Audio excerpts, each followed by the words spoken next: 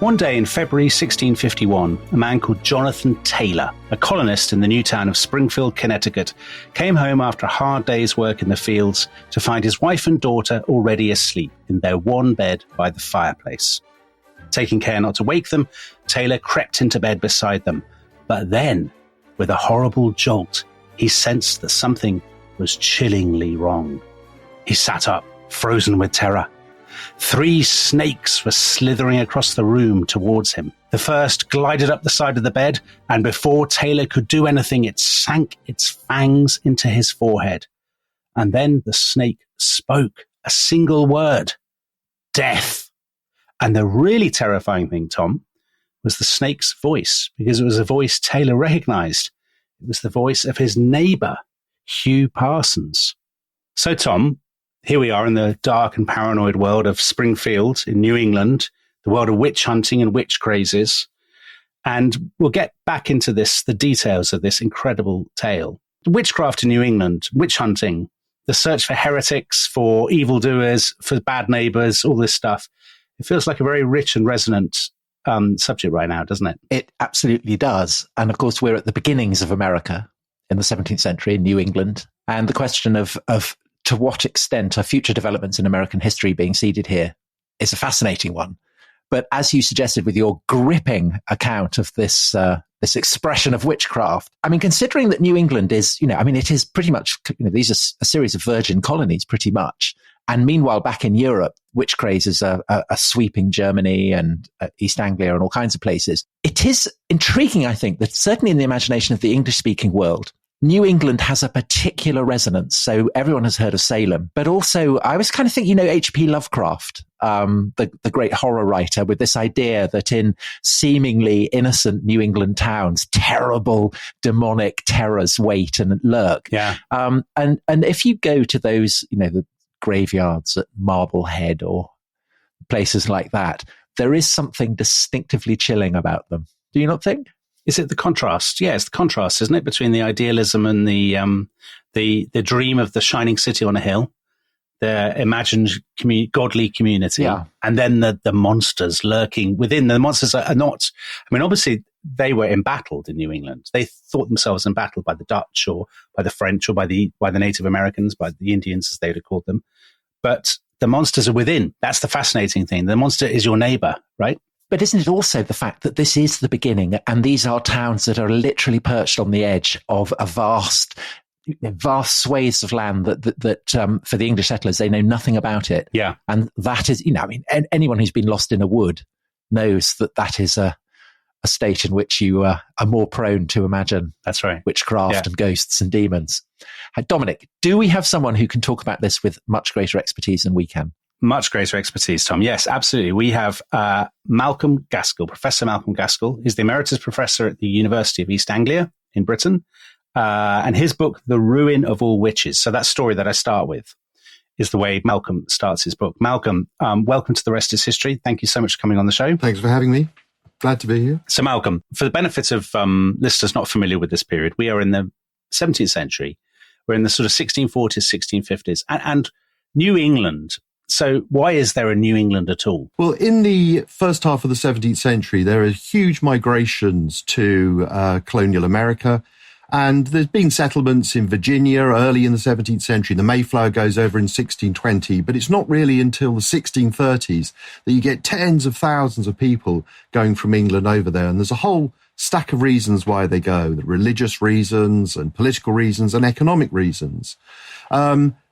People in New England, the clue's in the name, they want to kind of make a New England for themselves. They want to improve conditions for themselves, but they also want to set an example to the old country where they feel it's lost its way in all sorts of things like charity and piety and so on. So, Malcolm, the famous expression of that desire to set an example is John Winthrop, who in 1630, as he's sailing out to America, preaches a sermon in which he refers to his ambition to make New England like a city on a hill, a kind of shining example. Yeah. And going with John Winthrop is a man called William Pynchon, who is much less well known. Could you just tell us a bit about him and why specifically he goes? Because he's in your book and he's a kind of very representative figure in many ways. Yeah, it's an incredible early American life, really. He starts out in very obscure existence in a very small place called Springfield, outside Chelmsford, and he's a sort of country church warden and, minor gentry, but really kind of nobody. But he goes out to start a new life for himself and has this, what turns out to be an extraordinary adventure. And this is because he, like so many people, feels that, so he's going out in the reign of Charles I, as lots of people are, and it's because they think that Charles I is a sort of crypto-papist who is introducing Catholicism by the back door and flummery in churches and, altars and whatever. That sort of stereotype. So I think Tom and I are great Ladybird aficionados. So that sort of stereotype, there was a Ladybird book. So these were children's books for our overseas listeners. Yeah. Of these sort of very starchy Puritans, the Pilgrim Fathers and Plymouth Rock and all that sort of stuff. So that sort of holds up, does it? So if you'd gone out, they're all godly and they're all chatting about the Bible and there's this kind of austerity to them. Is that right? Some people are more godly than others. Some people just go out for economic reasons. I mean, people like John Winthrop and William Pynchon, they've got an eye on the main prize. They're entrepreneurs. Everybody's obsessed with land from the start, but you can be interested in that and also be godly. In fact, they feel that that's part of God's plan for them, that they will go out and prosper. They know they're not, they are sort of conflicting ideals in some ways, or they turn out to be, but they don't think that they are. They think that those things are actually compatible and actually sort of mutually reinforcing, I guess. So that kind of Puritan stereotype does exist, but it's not everybody and it's not everyone through and through. So the religious aspect of it, for the Puritans, there is this idea, that founding the city on the hill, it's this idea that it will be a community of saints. So how do you qualify as a saint? How do you know that you're a saint? What do you do with people who aren't saints? Well, the godly people that go over there, they're already convinced because they've already set their faces against, as Dominic said, this kind of crypto popery as they see in the church and government of Charles I. But when they go over to these communities, they have to kind of reprove themselves because that there a church isn't just like a parish church in England for all comers, good and bad. There they've set themselves up as a separate congregation where in order to be part of that covenant, as they see it, you have to actually demonstrate that the Holy Spirit has entered you and you are a member of God's elect. And that's a real problem for a lot of people. It causes huge disappointment and even, suicidal thoughts of total wretchedness and lack of self-worth because they feel that maybe actually they weren't elect after all. It's something that you have to persuade yourself in your own heart. And if you're not elect, then you are doomed to perdition. Yeah. And so the thing about Calvinism is there are different strains and different interpretations of Calvinism, but essentially it's the idea that from birth, before birth, there are the drowned and the saved. And so really it's about demonstrating to yourself and your community that you're on the side of the angels and you're not this sort of, not wicked necessarily, but this sort of, the light hasn't been switched on inside you. You're a kind of a dark and essentially spiritually worthless person. So this is pretty tough to come to terms with in their, in their culture and mentality. So the stakes are very high, aren't they? Because you're not just building a new life economically. You're not just building a house and trying to sort of, get food and carve out this new life in what appears to be a wilderness. Mm-hmm. I mean, they talk of it as a wilderness. Obviously, there are, as you said, Native Americans. And you're surrounded by enemies. But I was going to say, is it that drives the witch craze? But of course, they're taking the witch craze with them to some extent, aren't they? Because as Tom said, there are witch crazes in Europe in this period. So for the benefit of people who don't know anything about it like me, why are people getting all hot under the collar about witches in the 17th century in Europe before they even get to America? Well, the witch craze is, there are lots of factors. There's no time to talk about it in any sort of detail, but to have a witch craze, you need lots of factors to come together at the same time. It's economic and it's religious and it's political and it's cultural and it's legal, and you get all those things together, you can have a witch hunt. This is a very polarized mentality where they feel that there is this battle for the soul of Europe from the 16th century into the 17th century, a kind of long Reformation where Catholicism has been pushed out of many states and Protestantism has taken over. But that's not a happy, healthy transition. That creates religious wars, creates intense religious conflict about really what the shape of Europe should be, and in fact the whole of the Western world. And it's part of that tension and that disagreement, a kind of collective anxiety about what the world should be and what God's intentions are, that divides people from the side of God to the side of the devil. It's just a very sort of polarized, bipolar way of looking at oneself and the whole of the world out there. Yeah. And those people that fall foul of it are potentially wicked. So the witch stands in for the extreme form of, the negative ideal of what individuals and the nation should be. So the witch is your neighbor, right? The witch is somebody almost always that is very close to you, or, living in close proximity, let's say, and is an outsider in your community, or is a rival, or both of those things. Witchcraft exists in people's minds in different ways. So there's a kind of idealized form of the witch. There's almost a sort of fantasy witch of the devil worshipper who, gathers with other witches on the hillside at midnight. Everyone kind of has that in their mind. But when it comes to making accusations, those sort of people are not apparent, so that it is actually the witch becomes manifested, as you say, in someone that's often very close to you. Not so much an outsider, but someone actually, ironically, where the proximity is the problem rather than distance. But it's somebody who falls foul of expectations of the way people are supposed to behave within the community. And that doesn't mean to say that everybody who falls foul of that is accused, but, that's the precondition. It's somebody who isn't quite playing the game, partly, possibly because that they are a dependent, possibly because they are cantankerous, but it's somebody who's not actually just swimming in the stream of, conformity and normality within your often rather anxious, fraught, economically imperiled community. Right. Because, Malcolm, that's the key, isn't it? So in New England, obviously, you can see that anxieties about light and dark, God and the devil, the justified and the unjustified would be incredibly hard simply by virtue of being in very isolated communities amid a kind of vast spreading wilderness. But there is also this material element that you hinted at there, that people are going out there not just for religious reasons, but for economic reasons. And it's tough. And there are great fortunes to be made, but also there are bound to be losers in this sense of competition. And that becomes an important part of in kind of why people suspect others of witchcraft as well, isn't it? It's people are employing malign means, supernatural means to do other people down. Yeah, that's definitely it. I mean, we should remember that actually these Puritans that go over in the 1630s with their demonic ideas, it takes quite a long time for witchcraft accusations to start happening. It isn't that as soon as they arrive, in their stovepipe hats and buckle shoes, they start pointing the finger at witches all around them. It takes getting out the pitchfork. Yeah, quite. It takes a generation for that to happen, because it takes a generation for the kind of economic pressures which are always behind witchcraft accusations to really get going. And so that New England, there is all this virgin territory, but these communities do get full up quite quickly, and then people have to go off and form their own kind of satellites from that. So that those pressures are created quite quickly. So Malcolm, just to return to William Pynchon, who we were talking about, he sailed out with John Winthrop. He is a very devout Christian. He is fascinated by theology, all that kind of stuff. But he is also basically a go-getting capitalist. And he is, am I right that he starts to invest in the fur trade, so beaver trapping and all that kind of stuff. And he finds that already along the New England seaboard, the beaver are starting to vanish. And so he decides to go inland.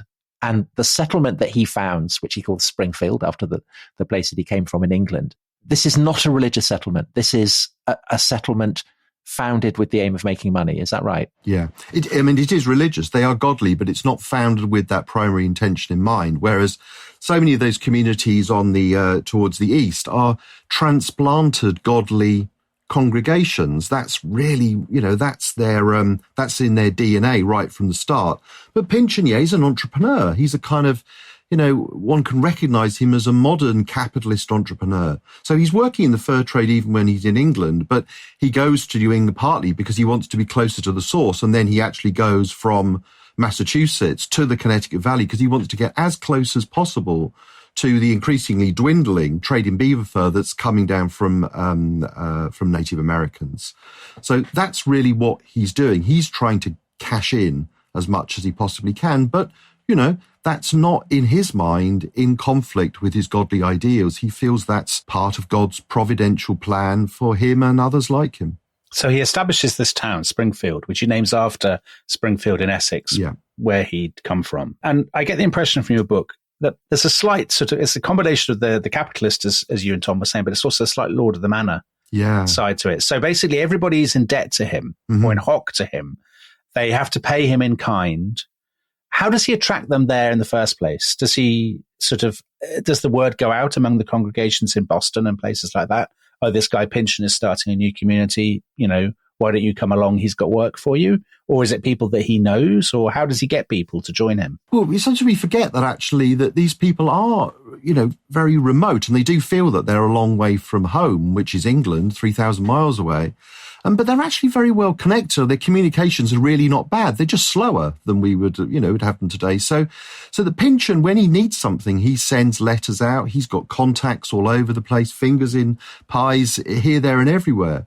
And so that he will write letters or he will travel back. And if he needs, if Springfield needs barrels, he will go and hire a cooper somewhere. And if it needs a minister, as he does, then he goes and hires a minister, George Moxon. So what he's doing is recreating this rather sophisticated, integrated community that he knows from England. And in fact, everybody knows from England. England is an advanced country. Yeah. And so they really want to build all these things out. And one of the things that you find when you emigrate to New England is all the things that you miss.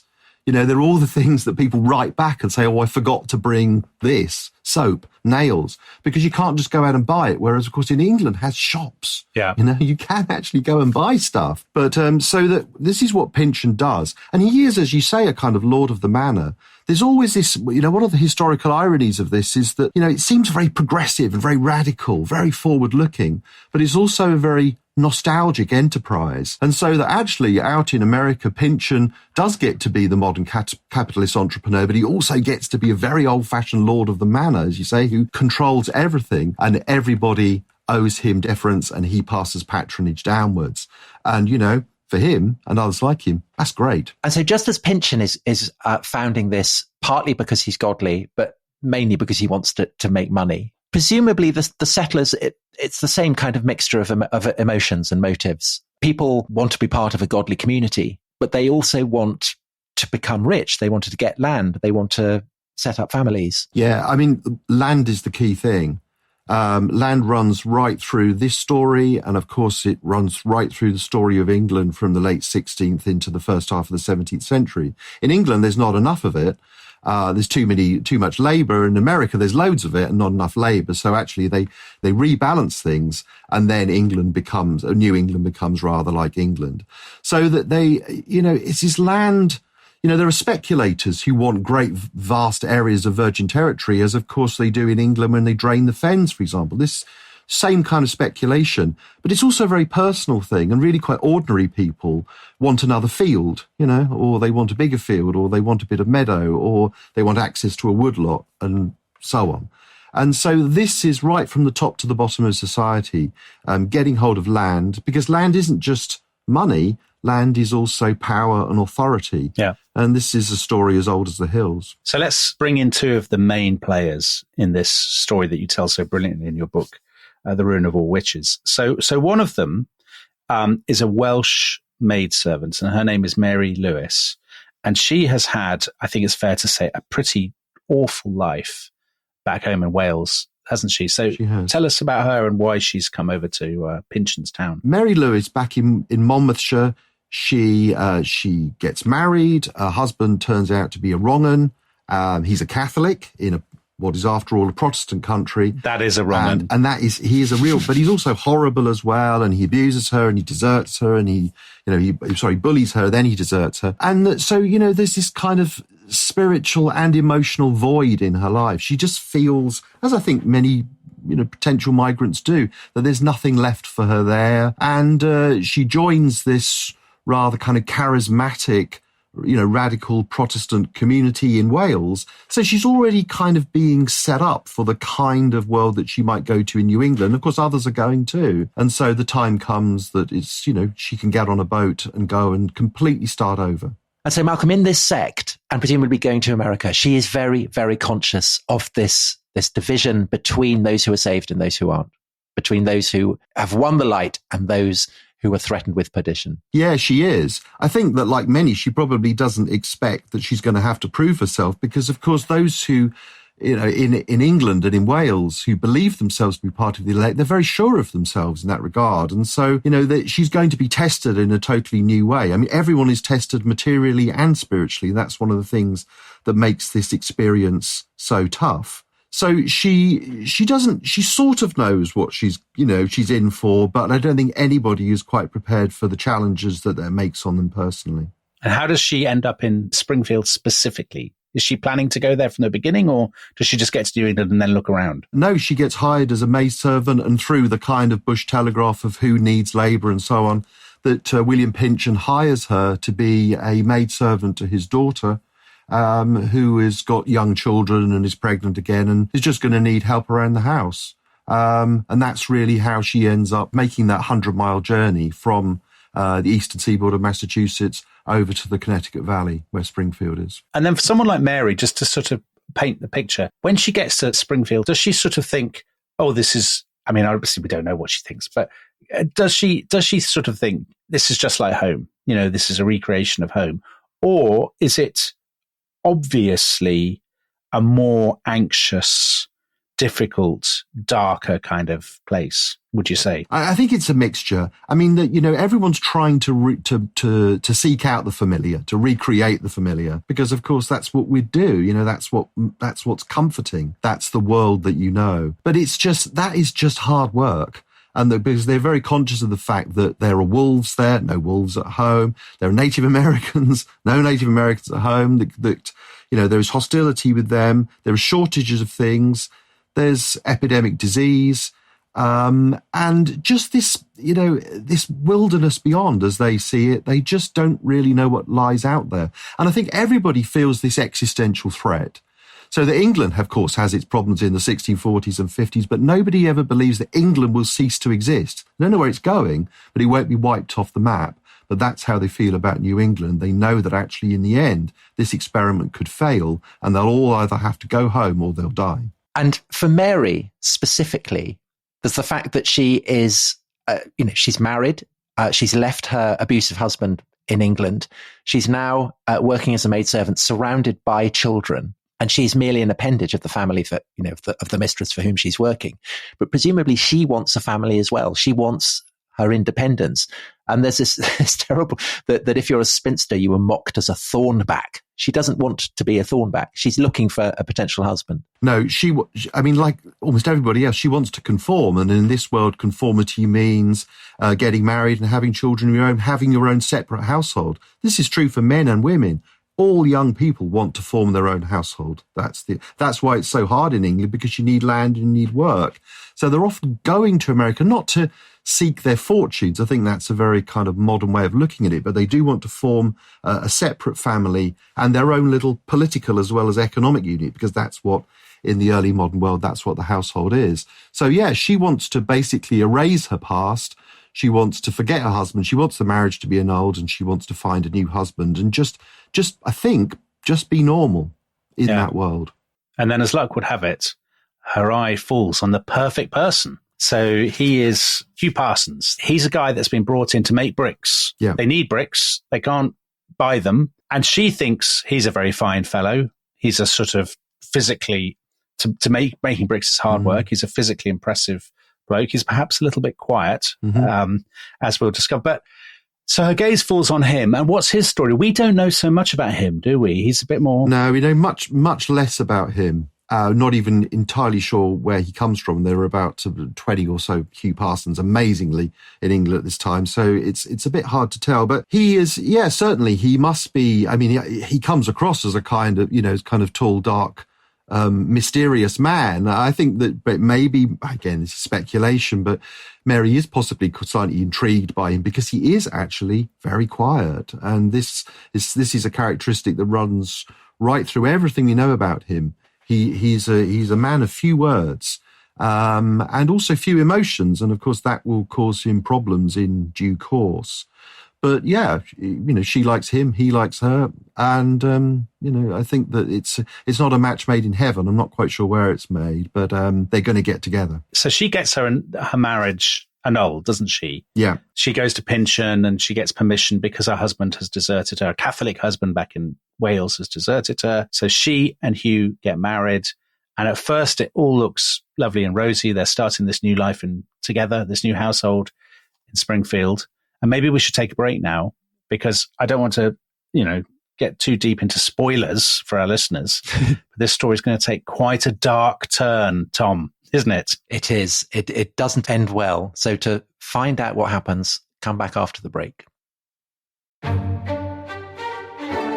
This episode is brought to you by Rocket Money. Tom, we often talk about how to organise our finances. I'm very conscious that I'm paying for a lot of mad subscriptions. And there's one thing that we've talked about often on this show. It's the thing that we probably hate more than any other, and it's a hidden fee. I would love to get my finances under control. There are all these things piling up on our bank statements, and I think I need to fix this problem. I need to sort this out and to stop this. I mean, my finances are so chaotic that I need this app. So I'll tell you what it is. It's called Rocket Money. It's a personal finance app that helps find and cancel your unwanted subscriptions. It monitors your spending and it helps to lower your bills so that you can grow your savings. With Rocket Money, you can track all of your subscriptions and you can easily cancel within the app with just a few taps, saving you time, avoiding charges. And you can also set budgets and goals and get personalized insights and regular reports to track how you're doing. They will even send you real-time alerts for large transactions, upcoming bills, refunds, and even low balances. So let Rocket Money help you reach your financial goals faster. Join at rocketmoney.com/ishistory. That's rocketmoney.com/ishistory. rocketmoney.com/ishistory.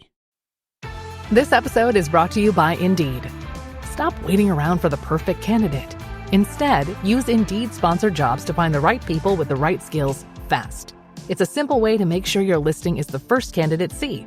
According to Indeed data, sponsored jobs have 4 times more applicants than non-sponsored jobs. So go build your dream team today with Indeed.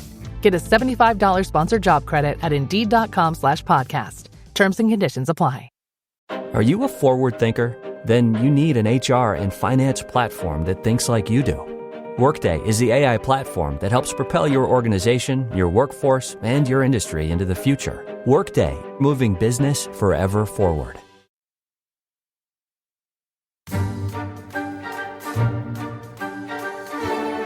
Hello, welcome back to The Rest is History. We are in mid-17th century New England, specifically in the newly founded town of Springfield, where a young couple, Hugh and Mary Parsons, have set up house. Mary has a succession of children.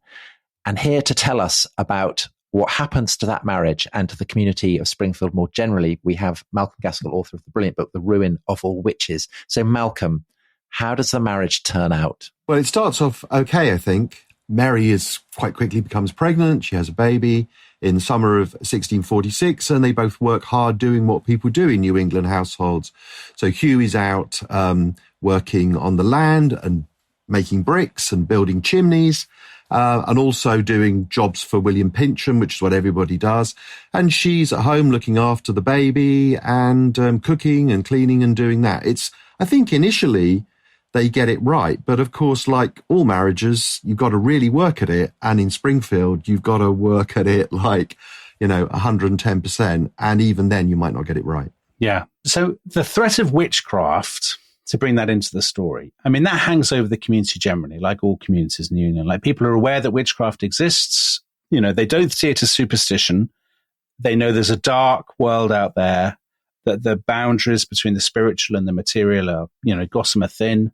And she is obsessed by witchcraft, isn't she, Mary? She becomes obsessed by it. Yeah, it's very odd. I mean, it's interesting that everybody does know about witchcraft and misfortunes happen all the time and they feel the devil, but it's very unusual for people to actually accuse others of witchcraft. And it's true actually in England too. But there, Springfield's been going for 15 years or more and there's no recorded accusations of witchcraft, but that suddenly in around 1647, there are rumours of witchcraft which are coming from Boston and up the Connecticut Valley. It just seems to be taking hold. It's in the air before actually anybody points the finger. And Mary strangely does become really rather preoccupied by the idea that there are not just witches but that maybe there are witches coming from other communities. As a woman arrives from the parish of Windsor downriver called a widow called Mercy Marshfield, and Mary just gets into her head that she's, as she said, brought the devil with her. I mean, Malcolm, one of the things that really struck me reading your book, perhaps because my wife is a midwife, was the degree to which the paranoia about witchcraft seems absolutely implicated with the process of childbirth and child rearing. That in the book you describe Margaret Jones, a midwife from Charleston, hanged in Boston in June 1648. News arrives from Dorchester of a devil disguised as a professed servant of Jesus Christ, who's another wicked midwife. Do you think that is a kind of reflection of the way in which children are a focus both of kind of godliness, they're a reward from God, and the kind of the index of the potential that your family will have for future success? And therefore, if children are being attacked or children are somehow being malignly affected, that's striking at the absolute heart both of the family and the community. Yeah, and certainly in these communities, that your children are the future because they are, they're worried that they will actually die out. They'll have a limited number of incomers from migration as you would have in England. So they have to keep reproducing and passing on property and building wealth and so on. So there is that kind of pressure. But we should remember that there's an incredible emotional attachment to children too. This is kind of myth that, infant mortality is so high that you just have children. If they die, it's like, oh, well, we'll have another one and so on. But, people love their children and that they're incredibly distressed when they die and they don't really get used to it. So that children are often at the centre of witchcraft accusations because of the anxiety that they cause their parents. And I think that, here we can, there's a bit more of a universal story, even if it's hard for us to identify with the strictly demonic side of their accusations. That seems very remote to us. But actually, if you think about the love that you feel for your children and, how you'd feel if somebody threatened them, especially something threatening them you couldn't naturally do anything about, I think then you get much closer to the idea of what witchcraft was in a community. I'm also struck by the fact that you mentioned that the mood changes or the mood darkens around 1647. So that must be a point at which they are getting news weeks or months late about the civil wars back home. Do you think that plays a part in this sort of the darker turn, that people are suddenly aware, there's a conflict that perhaps they fear will spread maybe to North America? I know they've left England because they want to start a new godly life, but a lot of them probably are quite conservative in some ways. The world is that classic thing of the world being turned upside down. So do you think that plays a part in it too? There's a kind of political subtext to all this. I do. I think that they do feel the world turned upside down across the Atlantic.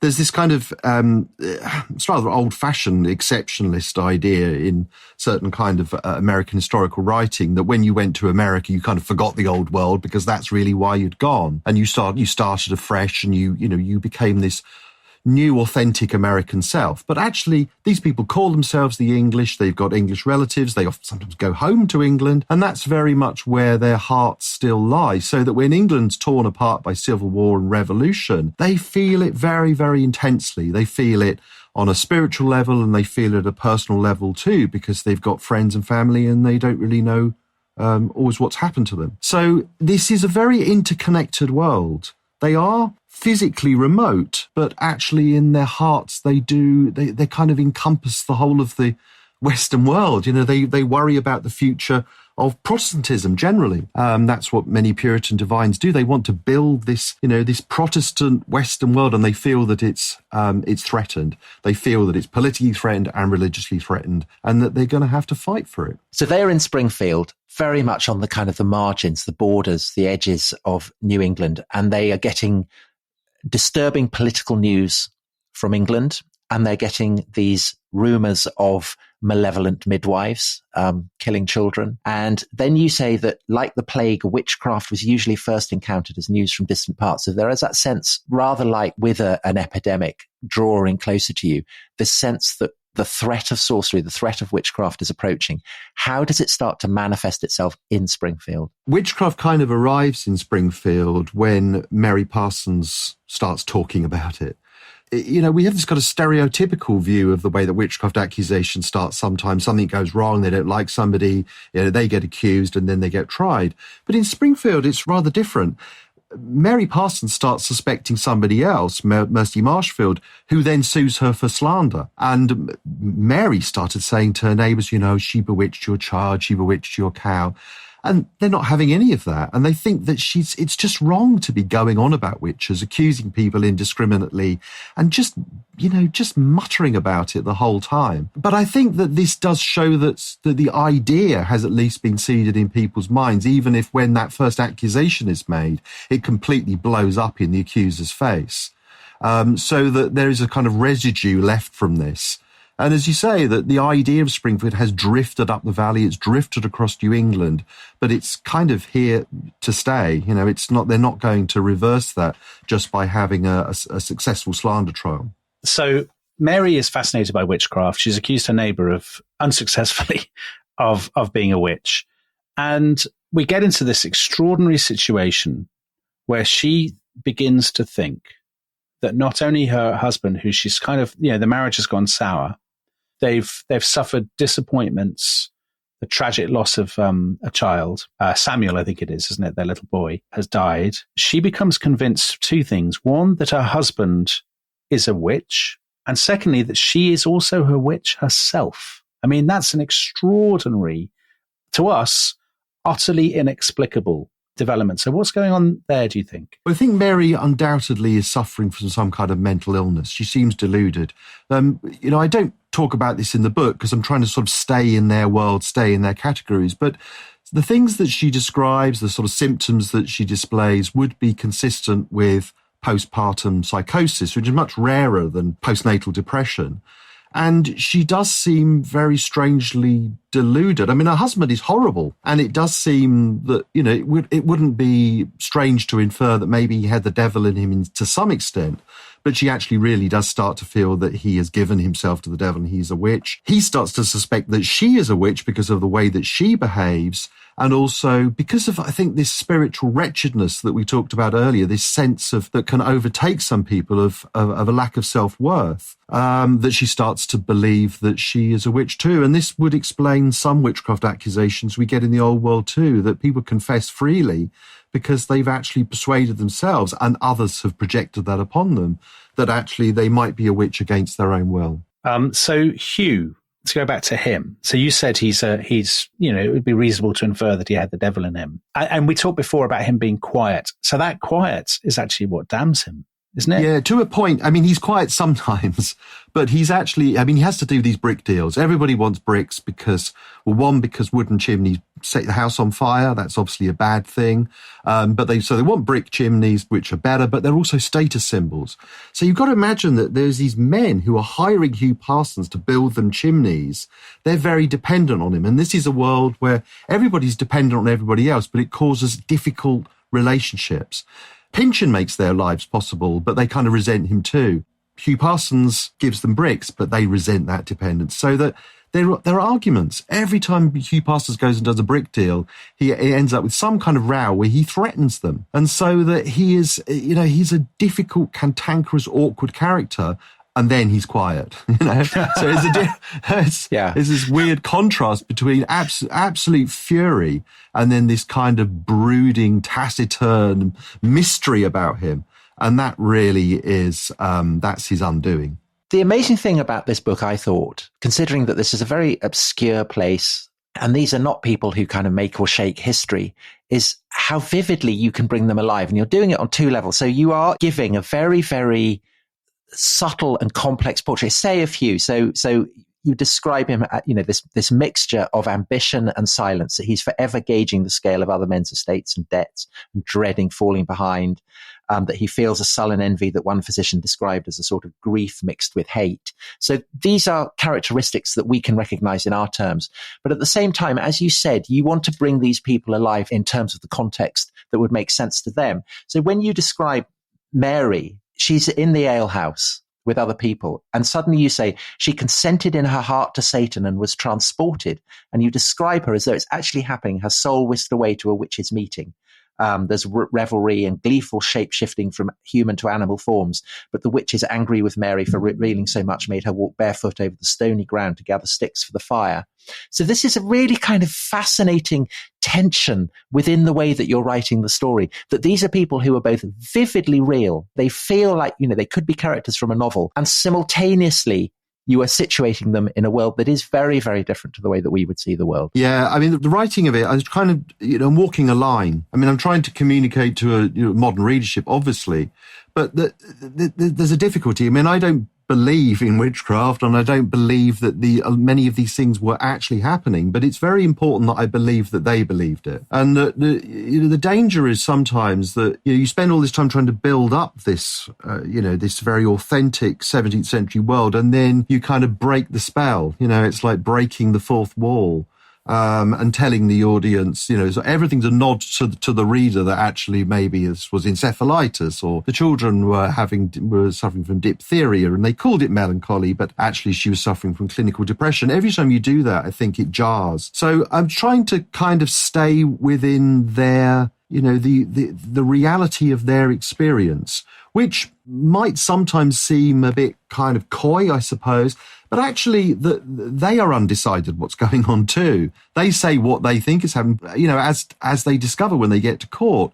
It's not a consensual world. They're unsure about themselves and their own perception and experience, and other people are skeptical about what other people describe. I think that the effect is brilliant. It kind of knocks away the sense of superiority that we would feel as 21st century people looking back. And it sucks you into a world in which the devil might be real and witchcraft might be real. And so when, in due course, both Mary and Hugh come to be charged with witchcraft, you feel the stakes not just as legal ones, but as kind of supernatural ones as well. What is the process by which Mary and Hugh come to be charged and indeed in due course convicted of witchcraft? Well, there's this kind of groundswell of opinion, lots of little things all come together. So it's difficult for communities to make accusations because actually the conviction rate in England and in Europe and certainly in New England is actually very, very low, much lower than we'd expect. Do you know, Malcolm, that was the detail in your book that amazed me the most. Right. It shows just how imprisoned I was by the kind of horrible histories. And actually, funny enough, today, the day we recorded this, I was driving my son to his school bus. I said, I'm doing this amazing podcast, this fantastic book, Witchcraft. And I said, guess how many people were convicted? And he was way out. He said, 9 out of 10 or whatever. And I said, no, 1 in 4. 3 out of 4 were acquitted. That astounded me. So the conviction rate just across Europe is about 50%, but in England it's lower it's about 23, 24%. Something similar in Scotland, it's a bit higher than that. But essentially, we have this idea that as soon as somebody was accused, they must be chased up to the nearest tree and then hanged. Yeah. And this is because this is a modern story. It's not a kind of late medieval story. These are people whose perceptions of the world are changing. They are gradually changing towards a more empirical way of looking at not just science, but the law as well. So they're very uncertain about evidence. They want to weigh all this up. So when Hugh and Mary are charged, or when they're apprehended in Springfield, everybody's kind of reassured everybody else that actually we can do something about this. And this is what witch finders do in the old world. They go around and say to people, I know you're unsure about going to law over this, but trust me, we should do it. People need that reassurance to an extent, far greater than, as you say, we would imagine from a kind of horrible histories view of this, where you think there's a sort of sense of inevitability, of determinism about these accusations. So then they all feel very sure in Springfield, and they get very, very sure of themselves. All this testimony is heard, and then the case is taken to Boston, and they have to kind of prove themselves all over again to a different set of people who have a different set of priorities and ideas about what evidence is and therefore what witchcraft is. Well, that's an amazing scene, isn't it? Because they don't all go to Boston. A lot of the witnesses submit written evidence. I love the way that works in the book because you've been building up the tension and the sense of paranoia and that sense of inevitability, I suppose. You know that it's all going to end horribly for Mary and Hugh. She's accusing him and herself of witchcraft. And the book's called The Ruin of All Witches. The spoiler is kind of there in the title. Yeah. And the sort of evidence accumulates. So-and-so's milk was saffron coloured. Yeah. Somebody fell off his horse. Yeah.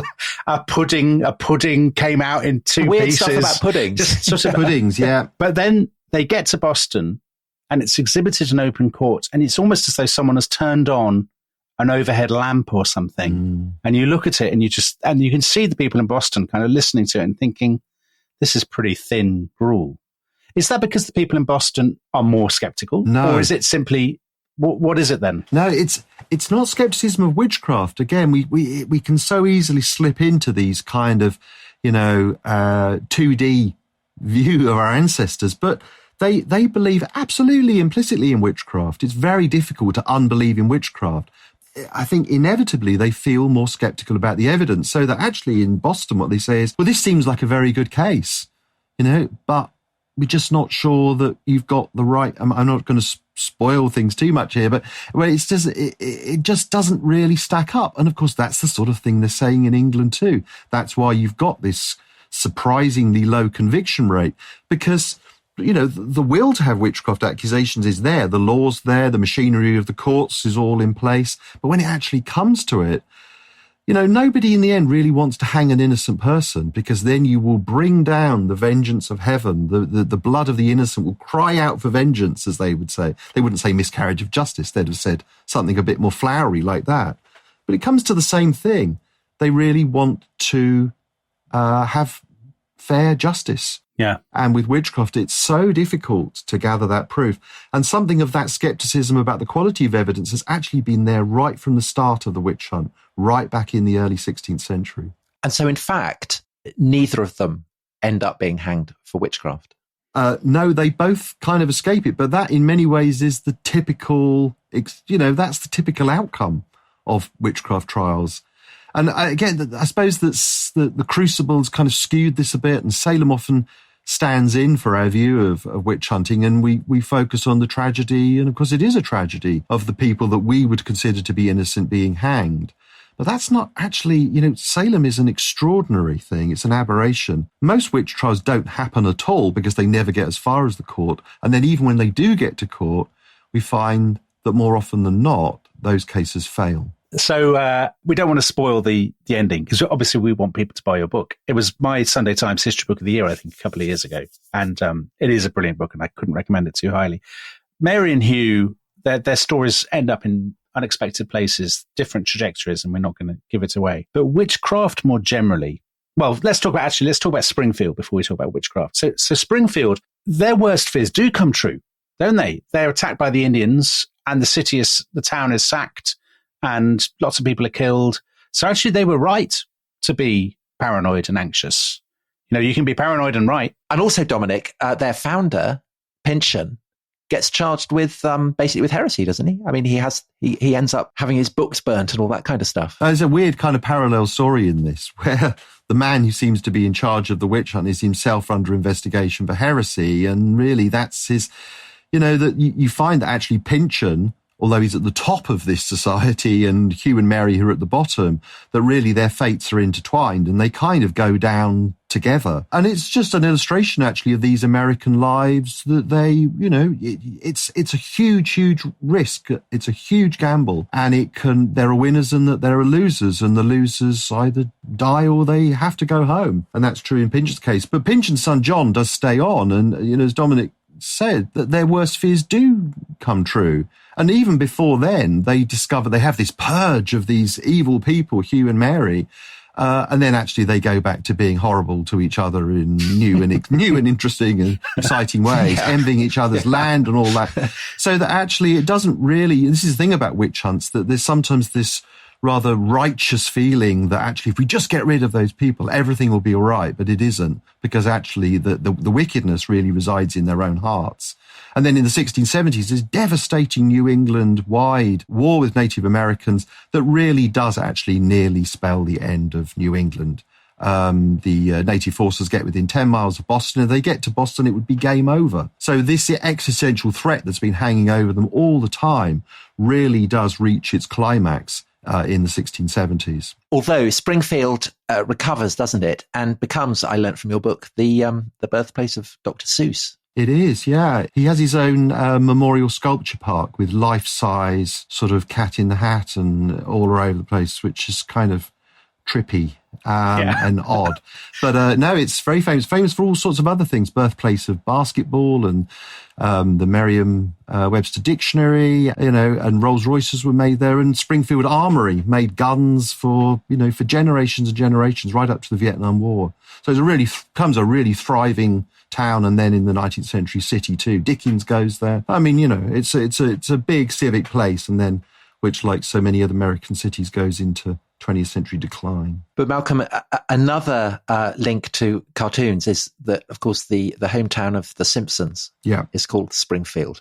Springfield serves as a kind of, an image of American every town. Yeah. And the obvious question, I suppose, that's been hanging over this whole episode is the extent to which what is happening in our Springfield in the 17th century, to what extent are patterns being established that you can trace throughout the entire course of American history, perhaps into the present? What do you think? Well, I think there are patterns. They're not necessarily uniquely American, though, I think. I mean, one of the things they do achieve in Springfield is they, like so many other colonial communities, they do recreate Old England. They have rather similar patterns of class stratification and manufacture and agriculture and so on. It's often actually really rather similar. The similarity in the end is that people want to belong to something, a society and a community, but essentially want to build their own households. And sometimes they do that comfortably, and sometimes they do it in opposition with their neighbours. And that becomes actually, I think, a very modern story about how we all live. But I don't think it's necessarily a uniquely American one. So I know we've spent a lot of time talking about Springfield and what went on in Springfield, but just to broaden it out again at the end, why do people stop having witch crazes? The seeds of the destruction of the witch hunt are really there from the start, which I think, as we talked about earlier, is about the uncertainty of having the kind of proof and being confident in the proof that is available, which is essentially witness testimony, which today we would just call hearsay. And I think that by the early 18th century, this development of this awareness of hearsay, of inadmissible evidence in court, really just does for witch hunting. So it's got nothing necessarily to do with the belief in witches. It's really got to do with whether you can translate that belief into action in the courts. And then you find actually, if there are no more witchcraft convictions, then actually some of the heat goes out of it. Witches just don't seem as immediate or present because they haven't been convicted. Of course, the belief in witches and the belief in the supernatural generally goes on in rural communities in America and in England, beyond the First World War. And even actually the belief that there are maleficent witches who may be trying to bewitch your cattle or whatever, that persists too, to an extraordinary extent. It's just that, and sometimes people are lynched. But then, of course, the lynchers find themselves on the sharp end of the law rather than the witch. The witch just becomes a victim of abuse and sometimes, sadly, murder. Well, Malcolm, thank you. That was absolutely brilliant. And I can't recommend the Ruin of All Witches enough. And I think the thing that's most moving about it is the way that you give these figures who had such terrible lives, you give them back a kind of dignity. You talked about Hugh being a kind of terrible man, but there is, in the spectacle of his grief for his children, very, very touching, very, very powerful. So Thanks so much for writing it. Thanks so much for coming on the show. And thank you, everyone out there, for listening. Bye-bye. Thanks for having me. It's been great. Cheers. Bye-bye.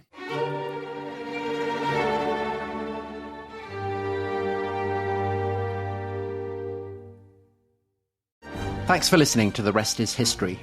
For bonus episodes, early access, ad-free listening, and access to our chat community, please sign up at restishistorypod.com. That's restishistorypod.com. Well, the holidays have come and gone once again, but if you've forgotten to get that special someone in your life a gift, well, Mint Mobile is extending their holiday offer of half off unlimited wireless. So here's the idea. You get it now. You call it an early present for next year. What do you have to lose? Give it a try at mintmobile.com/switch. Limited time 50% off regular price for new customers. Upfront payment required. $45 for 3 months, $90 for 6 months, or $180 for 12-month plan. Taxes and fees extra. Speeds may slow after 50 gigabytes per month when network is busy. See terms.